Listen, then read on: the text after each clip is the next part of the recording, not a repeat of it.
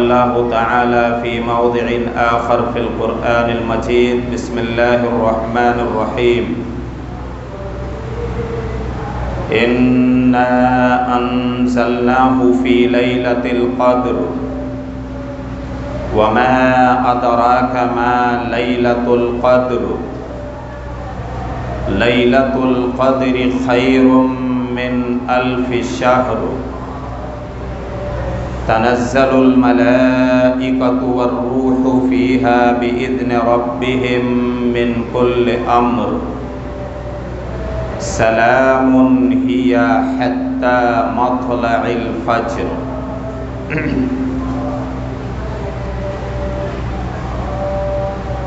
بے شک ہم نے اس قرآن کو قدر کی رات میں اتارا،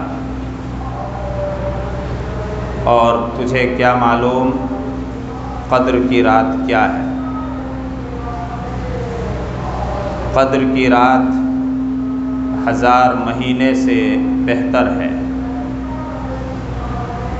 جس میں فرشتے اور جبریل اترتے ہیں اپنے رب کے حکم سے ہر کام کو انجام دینے کے لیے۔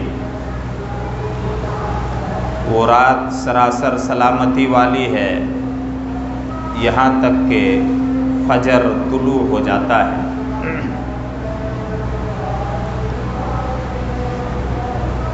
حمد و ثنا، تعریف و توصیف، بڑائی، بزرگی، کبریائی، پاکی، عظمتیں سب اللہ رب العالمین کے لیے ہیں،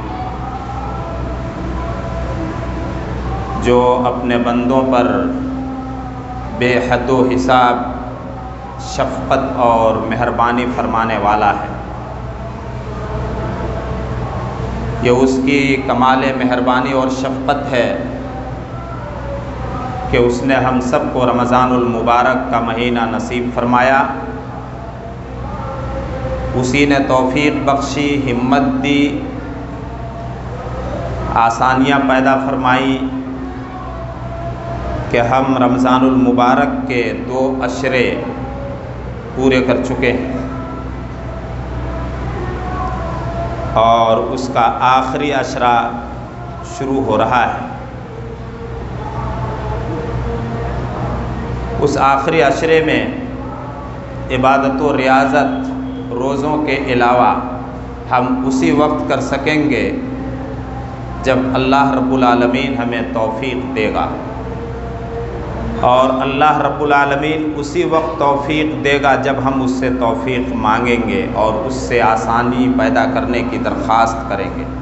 واللہ ولی التوفیق، توفیق دینے والا اور آسانی کرنے والا اللہ ہی ہے۔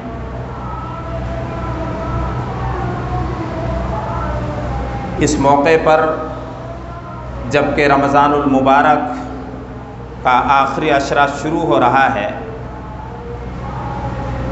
ہم اپنی عبادتوں کے بارے میں غور و فکر کریں کہ کیا ہم نے اپنے رب کو اس مہینے میں راضی کر لیا؟ کیا ہم نے اتنی عبادتیں کی اور ایسی عبادتیں کی کہ اللہ رب العالمین ان عبادتوں کو قبول فرما کر ہم سب پر فضل فرمائے اور ہماری بخشش فرما دے؟ اس پر غور کرنا چاہیے۔ بڑی سی بڑی عبادت کی روح اور جان یہ ہے کہ وہ اللہ کے یہاں قابل قبول ہو۔ موقع موقع سے یہ بات بار بار آتی ہے کہ حضرت ابراہیم علیہ السلام اللہ کے حکم سے خانہ کعبہ کی تعمیر کر رہے تھے، پوری دنیا کے لیے اور قیامت تک کے لیے توحید کا مرکز اللہ کے حکم سے بنا رہے ہیں اور تعمیر کر رہے ہیں۔ یہاں کی زبان اور بھاشا میں کہہ سکتے ہیں خود کمٹے کا کام کر رہے تھے، دونوں باپ اور بیٹے، اور فکر اس بات کی دونوں کو، ربنا تقبل منا انک انت السمیع العلیم، کہ ہمارے رب ہماری طرف سے اس خدمت اور اس کام کو جو تو نے حکم دیا ہے قبول فرما لے۔ تو سننے والا اور جاننے والا ہے۔ قبولیت کی فکر کرنی چاہیے کہ اللہ تعالی ہمارے روزوں کو قبول فرمائے، قیام اللیل نماز تراویح کو قبول فرمائے، تلاوت قرآن کو قبول فرمائے، مالی عبادت صدقات و زکوٰۃ کی شکل میں جو کیا ہے اور جو کریں گے سب کو اللہ رب العالمین قبول فرمائے۔ آخری عشرے کی قدر و قیمت ہماری نظروں میں ہونی چاہیے۔ رسول اللہ صلی اللہ علیہ وسلم کا کیا اسوہ اور معمول ہوتا تھا؟ آپ صلی اللہ علیہ وسلم رمضان المبارک کے آخری عشرے کو کس طرح سے گزارتے تھے، اس کو سامنے رکھنا چاہیے۔ کیوں؟ کیونکہ بازاروں میں مسلمانوں نے رونق بڑھا دی ہے۔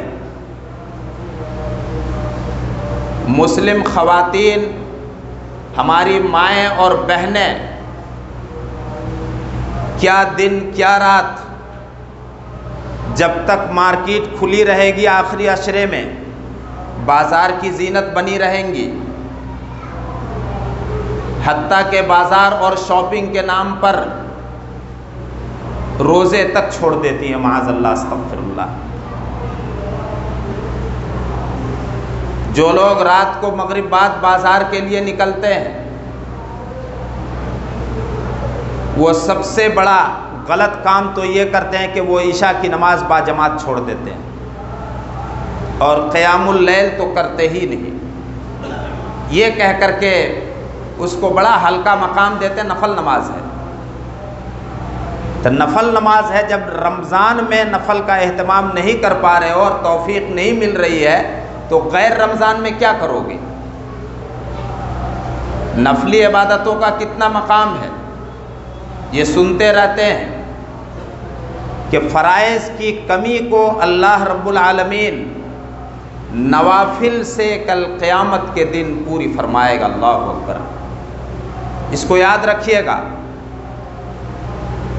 فرائض میں ہم سے جو کمی اور کوتاہی ہو جاتی ہے، اس کمی اور کوتاہی کو اللہ تعالیٰ نفلی عبادتوں سے پوری فرمائے گا۔ محمد الرسول اللہ صلی اللہ علیہ وسلم،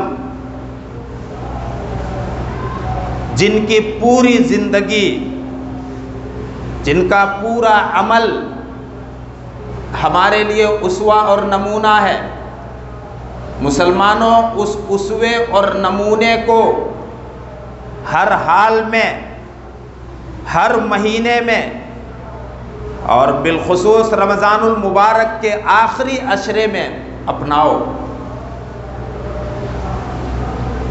آپ کی زندگی ہمارے لیے آئیڈیل اور نمونہ ہے۔ آپ صلی اللہ علیہ وسلم کا معمول تھا، اذا دخل العشر شد مئزرہ واحیا لیلہ وایقظ اہلہ۔ آپ صلی اللہ علیہ وسلم 3 کام کیا کرتے تھے جب رمضان المبارک کا آخری عشرہ آتا۔ آپ کمر کس لیتے، مضبوط ارادہ فرماتے، ہمت باندھتے کہ اب رمضان المبارک کے چل چلاؤ کا وقت آ چکا ہے، جو ایام بچے ہیں، جو دن بچے ہیں، جو راتیں بچی ہیں، ان کو غنیمت جاننا چاہیے۔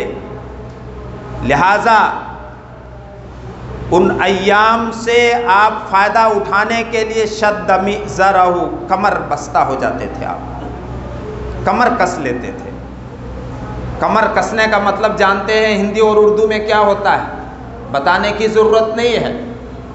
مضبوط ارادہ کہ اس کام کو ہر حال میں کرنا ہے، یہ ٹھان لینا ہے کہ دوسرے کاموں کو چھوڑ دیں گے لیکن فلاں کام کریں گے۔ تو آپ کیا کرتے تھے؟ وَأَحْيَا لَيْلَهُ، آپ پوری رات جاگتے تھے عبادت و ریاضت کے لیے، پوری رات جاگ جاتے تھے۔ آج نوجوانوں میں شب بیداری کے نام پر شب قدر کے نام پر، شب قدر کی عبادت کے نام پر اور رات جاگنی کے نام پر بڑی بے راہ روی ہے۔ پچھلے 2 سال کے رمضان کو یاد کیجئے جو لاک ڈاؤن میں گزرے، ان لاک ڈاؤن کی راتیں اچھی تھیں۔ شب قدر عزت و احترام اور مقام والی رات کی قدر و منزلت اور عزت اس بات میں نہیں ہے کہ ہم ہوٹل بازی کریں، چائے نوشی کریں اور ایک جگہ جمع ہو کر کے گپاسٹنگ کریں اور رات بھر جاگ جاگ کر کے موبائل میں اناپ شناپ قسم کے پروگرام دیکھیں، کیرم بورڈ کھیلیں، لوڈو کھیلیں، معاذ اللہ یا کرکٹ کھیلیں۔ یہ تو سارے گندے کام ہیں، لغو ہیں، فضول کام ہیں۔ مسلم محلوں میں مسلم نوجوانوں کو یہ کام کرتے ہوئے آپ دیکھیں گے اور وہ یہ تاثر دیتے ہیں، سروں پر ٹوپی لگائے ہوں گے اور ٹوپی لگا کر کے وہ یہ تاثر دینا چاہتے ہیں کہ ہم بڑے دیندار ہیں۔ بسا اوقات کوئی ناخوشگوار واقعہ ہو جاتا ہے اور لڑ پڑتے ہیں اور پرشاسن کو دخل دینا پڑتا ہے۔ یہ شب قدر کی قدردانی نہیں ہے۔ نوجوانوں، میں آپ سے خاص طور سے کہتا ہوں کہ اللہ رب العالمین شب قدر کی راتیں نصیب فرما رہا ہے۔ ان راتوں کی قدر کرنا، نبی اکرم صلی اللہ علیہ وسلم کے اسوے کو سامنے رکھنا، آپ پوری رات جاگیے اور عبادت کے لیے جاگیے اور پوری رات عبادت کیجیے اور اپنے گھر والوں کو بھی جگا کر کے رکھیے عبادت کے لیے۔ اگر پوری رات جاگنے کی ہمت نہیں تو پھر رات کا آخری پہر اور آخری حصہ عبادت کے لیے بڑا اہم ہے، جس حصے میں اللہ رب العالمین پورے سال آسمان دنیا پر اپنی شان کے ساتھ نزول اجلال فرماتا ہے، اترتا اور اعلان کرتا ہے مجھ سے کوئی اپنے گناہوں کی بخشش چاہنے والا کہ میں اس کے گناہ کو بخش دوں؟ ہے کوئی مجھ سے مغفرت مانگنے والا کہ میں اس کو معاف فرما دوں؟ ہے مجھ سے اپنی حاجت کے لیے کوئی مانگنے والا اور ہاتھ پھیلانے والا کہ میں اس کی حاجت اور ضرورت کو پوری کروں؟ آخری رات عبادت کے لیے پورے سال بڑا اہم ہے اور شب قدر کی راتوں میں اس کی اہمیت تو اور زیادہ بڑھ جاتی ہے۔ اللہ رب العالمین نے سورہ قدر کے اندر، جو اکثر بھائیوں کو یاد ہوگی، اس کا اندازہ، اس کا بیان کس طرح سے فرمایا، اس کا اندازہ آپ لگائیے کہ اللہ رب العالمین نے ساری آسمانی کتابوں کو اتارنے کے لیے تورات، زبور، انجیل، موسیٰ اور عیسیٰ کے صحیفے، ساری کتابوں کو اتارنے کے لیے اللہ رب العالمین نے رمضان المبارک کو چنا۔ قرآن کریم کو اتارنے کے لیے اللہ رب العالمین نے رمضان المبارک کی ایک رات کو چنا۔ یہ مہینہ اللہ کا چنا ہوا اور قدر کی رات، شب قدر، اللہ کی چنی ہوئی رات۔ اِنَّا أَنزَلْنَاهُ فِي لَيْلَةِ الْقَدْرِ، ہم نے قدر کی رات میں اس قرآن کو اتارا۔ قدر کا مطلب جانیے اور سمجھیے۔ قدر کا ایک معنی عزت و احترام اور قدر و منزلت کے ہیں، یعنی یہ رات جو آج سے شروع ہوگی وہ اللہ رب العالمین کی نگاہ میں، اللہ رب العالمین کے نزدیک بڑی محترم رات، بڑی قدر و منزلت کی رات اور بڑی عزت کی رات ہے۔ گناہ اور نافرمانی کے کام کر کے اور ہوٹل بازی اور چائے نوشی کر کے اور آوارہ گردی کر کے، کپاسٹنگ کر کے، معاذ اللہ سینما بینی اور فلمیں دیکھ کر کے اس رات کی حرمت کو تار تار نہ کرنا مسلمانوں۔ دوسرا مطلب فیصلہ کرنے کا بتایا ہے۔ سال بھر میں موت و حیات سے متعلق اور حالات سے متعلق جتنے فیصلے ہوتے ہیں اللہ رب العالمین اسی شب قدر کو فرماتا ہے اور فرشتے کے حوالے کر دیتا ہے اس کام کو۔ اور تیسرا معنی بتایا ہے اس کا تنگی کی رات۔ قدر کے ایک معنی تنگی کے ہیں، یعنی اللہ کی یہ لمبی چوڑی زمین، فرشتے اس کثرت کے ساتھ اترتے ہیں زمین پر اس رات میں کہ اللہ کی یہ لمبی چوڑی زمین تنگ پڑ جاتی ہے۔ یہ تینوں معنی کو سامنے رکھیے۔ شب قدر کوئی تہوار کی رات نہیں، آدمی جو کرتا ہے وہی بولتا ہے، آدمی اپنی بھاشا اور اپنی زبان سے اپنی تہذیب اور اپنے کلچر کی ترجمانی کرتا ہے۔ ہم آپس میں بولتے ہیں شب قدر مناؤ گے؟ شب قدر کوئی منانے کی رات نہیں ہے، کوئی تہوار کی رات نہیں ہے، کوئی کھانے پینے کی رات نہیں ہے، کوئی مزے اور عیش کرنے کی رات نہیں ہے۔ وَمَا أَدْرَاكَ مَا لَيْلَةُ الْقَدْرِ۔ اللہ پوچھ رہا ہے، کس سے پوچھا؟ سب سے پہلے اپنے نبی سے پوچھا۔ نبی کو بھی شب قدر کی حقیقت نہیں معلوم۔ وَمَا أَدْرَاكَ مَا لَيْلَةُ الْقَدْرِ، آپ کو کیا پتا لیلۃ القدر کیا ہے، قدر کی رات کیا ہے؟ لیلۃ القدر خیر من الف شہر، یہ قدر کی رات شب قدر 1000 مہینے سے بہتر ہے۔ 1000 مہینے کو آپ سال میں وہ کیجئے تو 83 سال 4 مہینے بنتے ہیں۔ اہل علم نے اس کی حکمت اور مصلحت یہی لکھی ہے کہ مسلمانوں کی عمر اللہ رب العالمین نے دوسری امتوں کے مقابلے میں کم رکھی ہے۔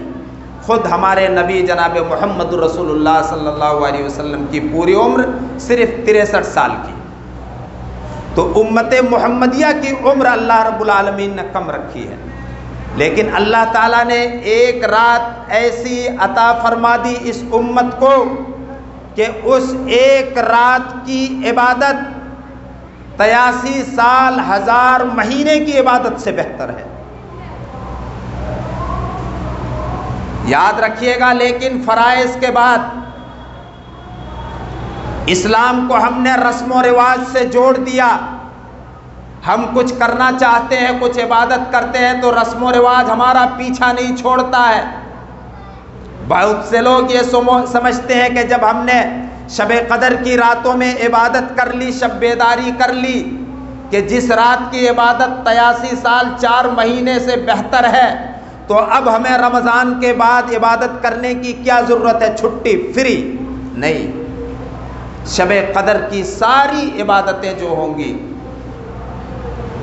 وہ نوافل ہیں۔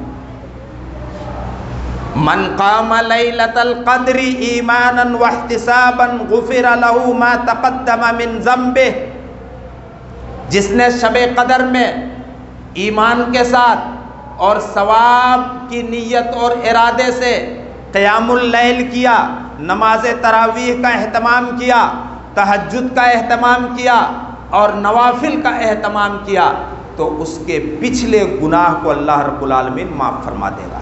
یہ نفل نماز ہے، اور نفل کا مقام ہوتا ہے فرض کے بعد۔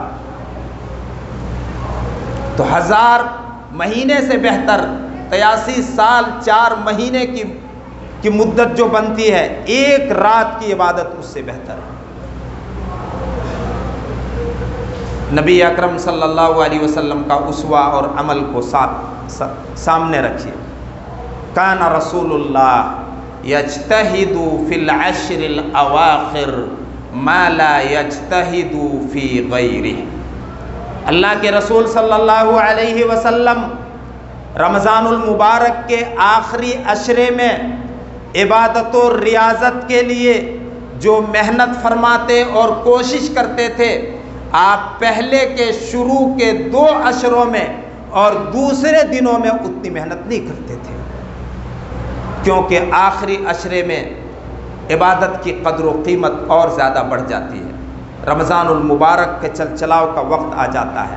ایک مومن ہر حال میں اس بات پر غور کرنا چاہتا ہے، ایک مومن مرد اور ایک ایمان والی خاتون جس کو اللہ رب العالمین نے روزے کی توفیق بخشی، جس نے یہ سن رکھا اور جس نے یہ جان رکھا اور جس کا اس بات پر ایمان ہے کہ اللہ کے رسول جب ممبر پر چڑھے تو آپ نے آمین فرمایا اور جبریل علیہ السلام نے بد دعا کی، اس کے لیے جس نے رمضان المبارک کا مہینہ پایا اور بخشش کا سامان نہ کر سکا ہے، جس نے یہ سن رکھا ہے نبی کے فرمان پر، جس مرد کو یا جس مسلم عورت کو یقین ہے وہ اس بات پر غور کرے گا کہ یہ مہینہ اب چلنے والا ہے، رخصت ہونے والا، اب اس کے چل چلاؤ کا وقت آ چکا ہے، ہم نے اتنی عبادتیں کی کہ نہیں کی کہ اللہ رب العالمین فضل فرما کر ہماری عبادتوں کو قبول فرما کر اللہ تعالی ہمیں بخش دے اور معاف فرما دے۔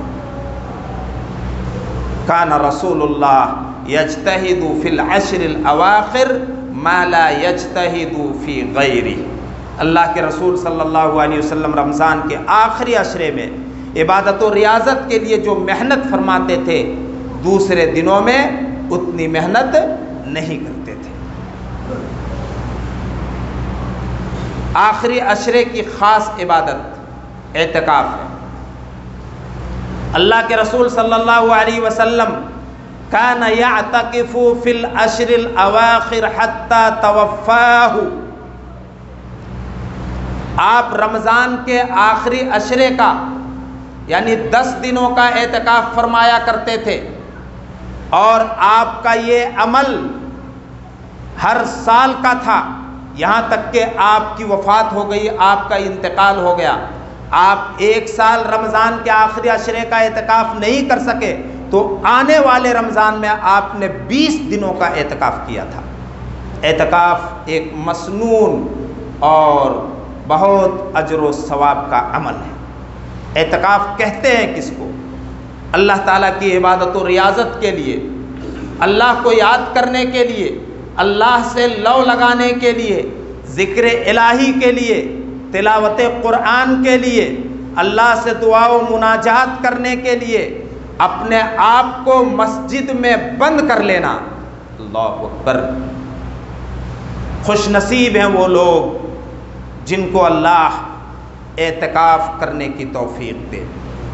لیکن اعتکاف، معاف کیجئے گا، اس بات کا نام نہیں ہے کہ آپ مسجد میں اعتکاف میں بیٹھ کر دوستی اور یاری کے تقاضے پورے کریں، اور اس بات کا نام اعتکاف نہیں ہے کہ آپ اچھے اچھے پکوان کھائیں اور منگائیں، اور اعتکاف کو جو سراپا عبادت ہے اس کو آپ پکنک کا روپ دے دیں جیسا کہ دیکھا جاتا ہے۔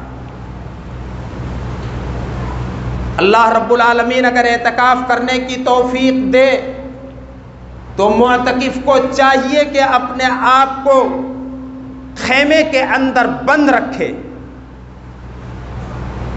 اور پیشاب پاخانے کی حاجت کے سوا اور نماز کے سوا اپنے خیمے سے باہر نہ نکلے۔ یہ ضروری نہیں ہے کہ اعتکاف کرنے والے سب ایک ساتھ مل بیٹھ کر کے روزہ کھولیں اور کھانا کھائیں۔ اللہ کے رسول صلی اللہ علیہ وسلم اپنے خیمے کے اندر رہتے تھے۔ اللہ تعالیٰ اگر آپ کو توفیق دے رہا ہے، آپ نے ارادہ کیا ہے، تو اللہ رب العالمین آپ کے لیے آسانیاں فرمائے، اور 10 دن جو آپ مسجد میں گزاریں گے اس کی قدر و قیمت کیجیے گا۔ اپنے آپ کو عبادت کے لیے آپ بن کر رہے ہیں، اس بات کے لیے نہیں کہ تمام بھولے بسرے دوستوں اور یاروں کا موبائل نمبر، فون نمبر لے کر کے ان کو فون کیا جائے۔ میں وہ باتیں بیان کر رہا ہوں جو اپنی آنکھوں سے دیکھتا ہوں۔ کیا ضرورت ہے کہ اعتکاف کرنے والے فون لے کر کے آئیں؟ کیا ضرورت ہے اس بات کی کہ جو لوگ اعتکاف کرنے کے لیے بیٹھے ہیں ان کے دوست باہر سے طرح طرح کے پکوان اور کھانے پینے کی چیزیں لے کر کے آئیں؟ آپ کو اس سے پہلے دوست یاد نہیں آ رہا تھا؟ اس بات کا نام اعتکاف نہیں ہے۔ اعتکاف نام ہے، اپنے آپ کو بار بار یہ لفظ دوہرا رہا ہوں، مسجد کے اندر اپنے آپ کو اللہ کی عبادت کے لیے بند کر لینا اور روک کر کے رکھنا۔ اسلام اس بارے میں ایک معتکف کو کیا حکم دیتا ہے؟ اعتکاف کرنے والے کا کوئی خاص گھر کا آدمی بیمار ہو گیا، اللہ ایسا نہ کرے، مر گیا، لیکن السنت علی المعتکف اللہ یعود مریضا ولا یشہد جنازہ۔ اے معتکف، اعتکاف کرنے والے، آپ کو اجازت نہیں ہے کہ آپ مریض کی خیریت پوچھنے جاؤ۔ کیوں؟ آپ عبادت کے لیے اپنے آپ کو وقف کر چکے ہو۔ آپ کو اجازت نہیں ہے کہ آپ اپنے عزیز قریب رشتہ دار جس کا انتقال ہو گیا اس کے جنازے میں شریک ہو۔ کیوں اسلام نے یہ سب بندشیں لگائی ہیں؟ عہد نبوی میں پیشاب پاخانے کے لیے، نہانے کے لیے باہر جانے کی ضرورت پڑتی تھی، اس کی اجازت ہے، لیکن اب تو الحمدللہ دنیا ڈیجیٹل ہو چکی ہے، مسجد میں ساری سہولتیں ہیں، ساری آسانیاں ہیں مسجدوں میں۔ آپ مسجد کی سہولتوں اور سویدھاؤں کو جو استعمال کرتے ہو وہ اللہ کی عبادت کے نام پر کرتے ہو۔ آپ ان چیزوں کا مس یوز نہ کریں۔ مس یوز اس شکل میں ہوگا جب آپ اللہ کی عبادت نہ کریں۔ آپ تلاوت قرآن کریں، نوافل پڑھیں، اللہ سے لو لگائیں، دعائیں کریں، مناجات کریں۔ آپ اپنے لیے، اپنے والدین کے لیے، پوری امت کے لیے دعائیں کریں۔ جب آپ عبادت کر کے تھک جائیں تو آپ سو جائیے، آپ کا سونا بھی عبادت ہے۔ یہ ہے اعتکاف کے آداب۔ ان آداب کے ساتھ اعتکاف کا ارادہ بنائیے اور اعتکاف کیجیے۔ اعتکاف کرنے والے آج 21ویں شب، 21 کی رات جو آج ہوگی وہ مسجد کے اندر گزاریں گے، اور کل فجر کی نماز پڑھ کر کے اپنے خیمے میں داخل ہوں گے، اور آپ کا دائرہ زندگی، آپ کی زندگی کا سرکل وہی 5 فٹ کا خیمہ ہے۔ آپ نماز کے لیے نکلیے گا، پیشاب پاخانے کے لیے اپنے خیمے سے نکلیے گا، روزہ کھولنے کے لیے اور کھانا کھانے کے لیے آپ سب کا جمع ہونا کوئی ضروری نہیں ہے۔ یہ اعتکاف کی روح کے خلاف ہے۔ وقت ہو چکا ہے، باتیں بہت ساری ہیں، انشاءاللہ تعالی کچھ عصر کے درس میں اور پھر کل کچھ فجر کے درس میں کچھ باتیں بیان کی جائیں گی۔ اللہ رب العالمین ہم سب کو عمل کی توفیق دے۔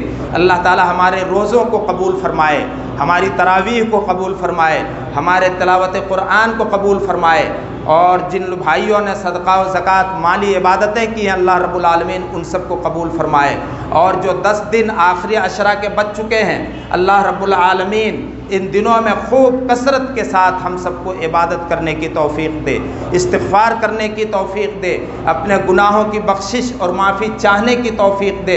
اللہ رب العالمین پوری دنیا میں امن و امان قائم فرما دے۔ یا رب العالمین بالخصوص اس ملک میں امن و امان قائم فرما۔ یا رب العالمین تو سب کچھ دیکھ رہا، سب کچھ جان رہا ہے۔ جو امن و شانتی کو بھنگ کر رہے ہیں، مظلوموں پر، لاچاروں پر، کمزوروں پر، نہتھوں پر یا رب العالمین ہتھیار اٹھائے ہوئے ہیں اور طرح طرح کے حملے کر رہے ہیں، یا رب العالمین تو ان سب کو سمجھ لے۔ یا رب العالمین تو یقیناً سب کچھ دیکھ رہا ہے، سب کچھ تیرے قبضے قدرت میں ہے، حالات کا بدلنا سب تیرے اختیار میں ہے، تیرا معاملہ کن فیکون کا ہے۔ یا رب العالمین حالات بدل دے، یا رب العالمین حالات بدل دے اور امن و شانتی کو تو عام فرما دے۔ بارک اللہ لنا ولکم فی القرآن الحکیم ونفعنا وإیاکم بالآیات والذکر الحکیم، انہ تعالی جواد کریم ملک بالرؤوف الرحیم۔